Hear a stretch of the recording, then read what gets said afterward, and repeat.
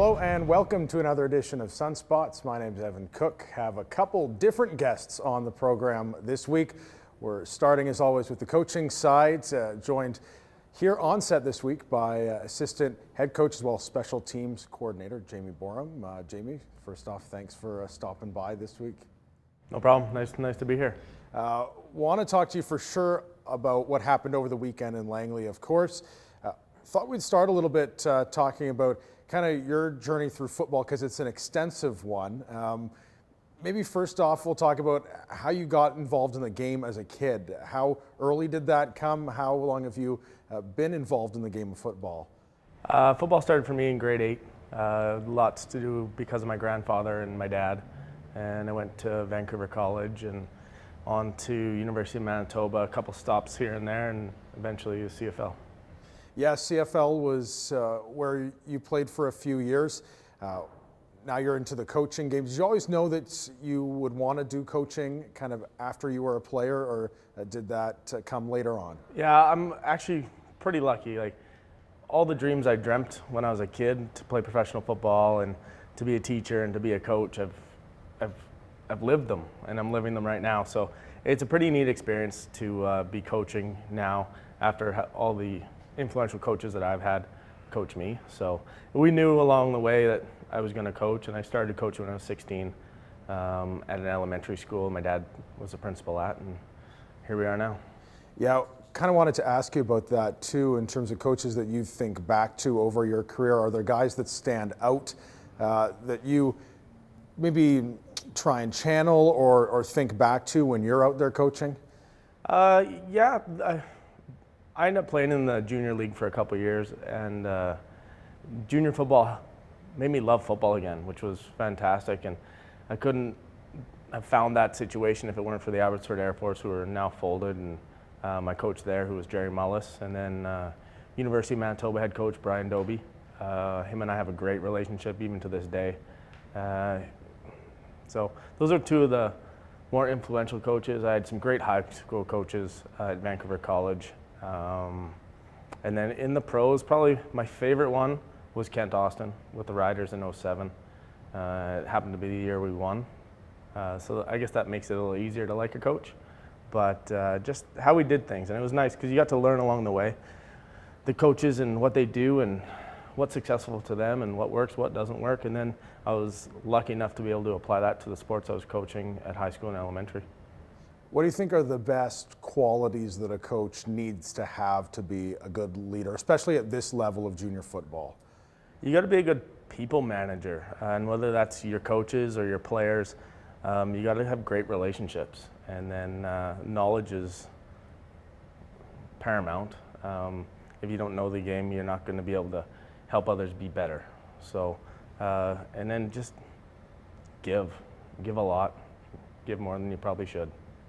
As far as this past weekend went, the Sun on the road in Langley was the first road game of the season for them. Came out with a 34-17 win over the Rams. Maybe I'll just get your initial thoughts on how that game kind of went and what your takeaways were from it. Well, it was a success. We went there to win, and Langley's a good team, and they got some really good athletes, and they got a great coaching staff. We're not where we want to be as a football club yet, and so we're just trying to every day get better. We kind of think of it like right now we're in week 3, so we're kind of like grade 3.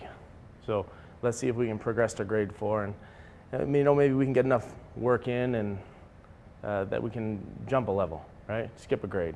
But we got some hard work ahead of us if we're trying to be the team that we want to be.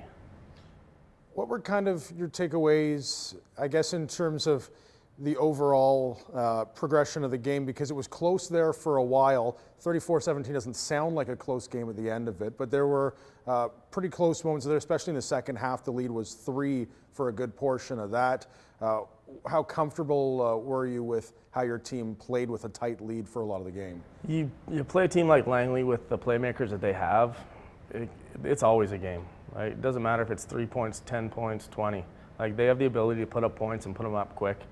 So the whole time, even like the last 3 minutes, there's still enough time on the clock for them to mount something. They got the athletes to do it. I thought our offense played well. They moved the ball. Some people made some big plays. Defense, we need to be better on defense, just more sound, better tacklers, and just smarter. And same thing with special teams. Couple questions about the game more. First, on the defensive side, the defense has only allowed, by my math, I think 32 points over the first 3 games here of the season. On paper, those look like very good numbers. What is the progression that needs to continue happening with them? Well, it's winning games, so hold the opponent to less than you can score. That's the key, right? But we got to stop big plays more. We got to just do assignment football and play a perfect play for a play. It doesn't mean we're going to be perfect all the time, but we need to be able to do our assignments properly and perfectly. That doesn't mean the other team won't make a play on us, but we can be doing our jobs properly. And if we do that, then we're going to be more difficult to beat. And of course, special teams, I know you work closely with that unit, and the big story out of last game seemed to be another 3 blocked kicks. I think that makes 5 on the season at this point. So looking at that, it seems like that's been a key part of the special teams so far this season. What's been working for them? What do they still need to work on here? To be honest, we've blocked kicks on individual great effort. We need to get consistent on that effort-wise, look-wise, scheme-wise. We still got guys taking too many breaks, and when you watch film, you can see that. And so we need to clean that up, and there's no reason we can't be better than what we're doing. That doesn't mean we're going to block more kicks than that.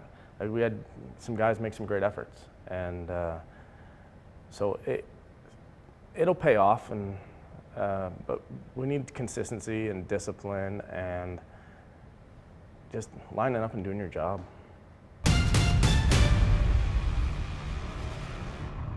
Welcome back here to Sunspots. Evan Cooke here alongside Keith Zyla, quarterback for the Okanagan Sun.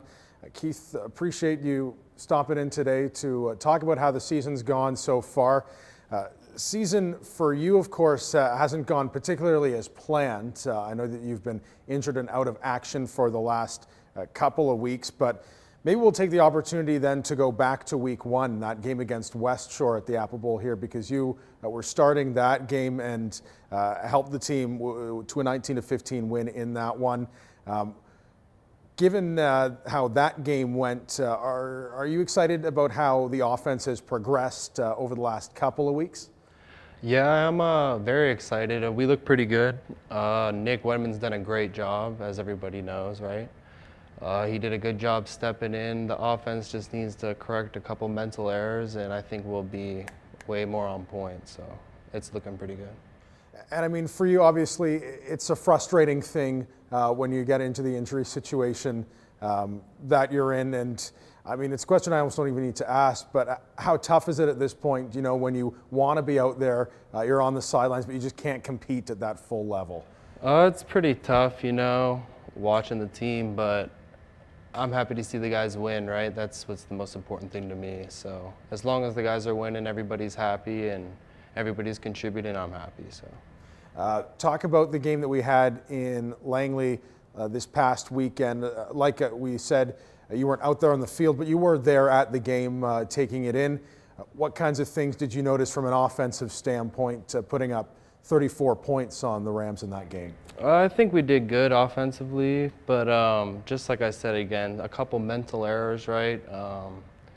Mental errors and just blocking. The offensive line is looking a little, you know what I mean, rough, but we're going to get it. We're going to get it. And I mean, penalties has also been a thing that has been noticed over the last couple of weeks for sure. It seems like there's been no shortage of them. And I mean, it's not just for this group, it seems across the league. There have been more penalties. Have you noticed what from your team in that respect? Because it doesn't seem like a big discipline issue in terms of guys losing their tempers or anything like that. They just seem to be more technical. Yeah, things. That's what I meant by rough on the offensive line. I mean, just penalties, right? And I mean, it's not big penalties like guys getting mad, like you said. It's just a holding penalty here and there, and it's in dire situations when we need it, right? When we need the yardage, and it kills us, right? So We can't be having touchdowns and first downs getting called back. And as far as the group on offense, it seems like there's some familiarity there that you were having week one and that's continued on here. Obviously, there's going to be turnover year to year, but as far as that familiarity level goes, do you feel pretty good with the offense at this point in terms of the personnel there? Yeah, I feel confident. We have a lot of receivers that return, so I feel confident with the receivers. They look great, right? We have a couple new O-linemen. It's a lot of rookies that stepped up. Last year they weren't really playing, so they've done a great job. And our running backs were strong. We got Curry and we got, Brendan Hansen. He's out right now, but we got Robbie Rodriguez as well, so we're deep at running back too. Yeah, definitely. And as far as you went, maybe even preparing for this season, you kind of came into this knowing that you were going to be the guy, you were going to be the starter there. Did that change your preparation at all heading into the season? Just made me a little bit more driven, right? Focused. I just felt like, I'm going to be the guy now. It's that much more pressure. So I just wanted to do everything I could to be prepared to be in that situation. And it's not like you didn't play last year, too. You sort of split time with Foster Martins. Did that help getting into action? Not all the time, but still on a fairly consistent basis last year in terms of your preparation for this year? Yeah, I think it helped a lot, actually, because there's no experience like game experience, right? You could play every play you want in practice, but it's never going to be like the game. So I got a good amount of game experience my first couple of years, and then last year I got a lot. So I think it helped out tremendously. And does it make it easier when you're in an injury situation like this where you know that there's no quarterback controversy going on behind the scenes? You know that when you're good to go, you'll be back out there. Yeah, I mean, it's good to know, right? It's good to know that I'm going to be the guy, but it's also good to know that if anything does happen, we have such a good backup quarterback, right? Nick is a good friend of mine. He's a great guy. He's a student of the game, so it's good. We're good. And I mean, he says similar things, of course, in talking about you. And is that an interesting dynamic that you've had on teams that you've played on in the past between the two quarterbacks, or is it always a situation more that you find, obviously your buddies, you're in the same position, you kind of get along, or does it vary, do you think? Yeah, I feel like it varies. I've been really lucky on the Okanagan Sun. Every year we've been close. I mean, even last year, me and Foster Martins, we were good friends, even though we're still splitting every single rep, right? But the year before, me, Josiah, Joseph, Cam, Nick, we're all still good friends. And I feel like it's a big thing on the Okanagan Sun to be a family, right? So it just transitions from the locker room to the field. And as we prepare for this weekend, where are you at? Are you hoping to get back out on Saturday at all? How are you feeling at this point? I'm not sure yet. It depends on the coaches, really. If they want me to sit out and just rest a little bit, I'll probably be back. But if not, I'll wait and come back the next week, hopefully, for VI. So. For sure. And last question, also about this upcoming matchup this week. What would you like to see out of the offense this week in terms of carrying that momentum that they started to establish the last couple of weeks? I want to see a quicker start. That's the hardest thing that we've been struggling with, right, is starting on offense. Even when first game, West Shore, Langley, Kamloops, we've been going into halftime with barely any points. So I'd like to see the offense come into halftime with at least 30, hopefully. Well, the Okanagan Sun return to the Apple Bowl this Saturday night, taking on the Valley Huskers. Kickoff is at 7 o'clock there on Saturday. Thanks for watching.